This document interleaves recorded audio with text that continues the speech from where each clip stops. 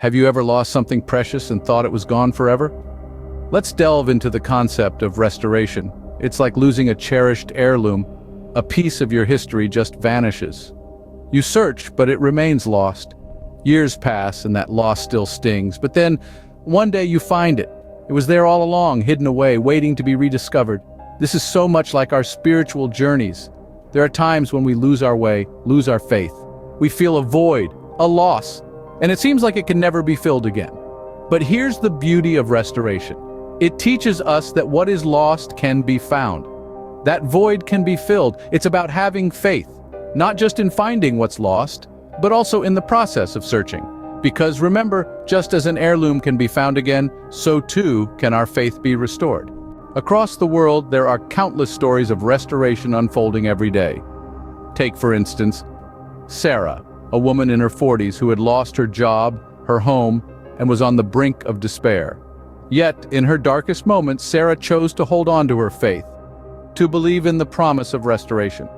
It was a difficult journey, but she never wavered. Months later, she found a new job, one that was far better than her previous one, and eventually managed to secure a home for herself again.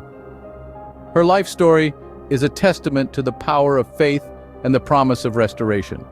Next, consider the story of John, a man who battled addiction for years. His life was in shambles, his relationships strained, and his spirit was broken.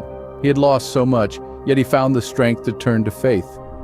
He started attending a local church, sought counseling, and began the process of rebuilding his life.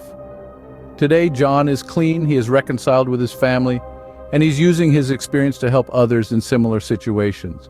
His story is a powerful illustration of how faith can restore even the most broken of lives. Then, there's the story of a small community devastated by a natural disaster.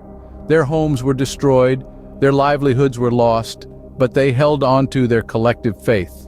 They prayed, they worked together, and they slowly rebuilt their community from the ground up. Today, their town stands stronger than ever, a shining beacon of resilience and faith. These are but a few examples of the many stories of restoration happening every day, each one unique, each one a testament to the transformative power of faith. In the face of loss, faith provides strength, hope, and the promise of restoration. These stories are not just about individuals or communities overcoming adversity. They are about faith's ability to restore, to heal, and to make whole again what was once broken. They serve as reminders that no matter how great the loss, faith and hope can guide us towards restoration. These stories demonstrate the power of faith to restore what was once lost. Restoration is not just a concept, it's a journey. It's a path that we take, often filled with obstacles and detours, but one that leads us to a place of healing and wholeness. Let me tell you about a man named John. He was a man who had experienced profound loss. His life seemed to be a series of unfortunate events, a constant stream of disappointments and heartaches, but John had something that kept him going: his faith. John's faith became the compass that guided him through the tumultuous seas of his life.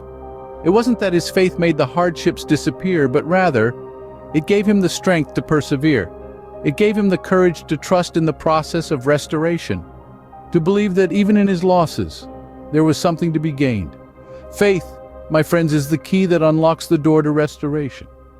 It's the lifeline that pulls us out of the depths of despair and into a place of hope and renewal. With faith, we can embrace restoration and find what was once lost. Faith and restoration are intertwined, like two sides of the same coin. When we believe in the possibility of restoration, we are saying yes to faith. We are saying yes to hope. We are saying yes to the potential of our own renewal. So how do we cultivate this faith? It begins with a single step. It begins with a decision to trust in the process, to trust in our own resilience, and to trust in the power of restoration. It begins with a commitment to see beyond our current circumstances and to envision a future filled with hope and healing. This is the power of faith in restoration. So, if you're feeling lost, if you're feeling overwhelmed, remember John's story. Remember his faith, and remember that restoration is possible for you too. So take that first step. Embrace the journey, and let faith guide you towards your own restoration.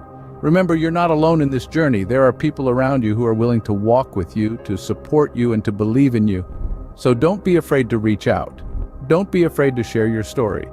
In doing so, you'll find that you're not only restoring your own life, but you're also inspiring others to do the same. If you found this video helpful, please share it with someone who might need a little extra motivation.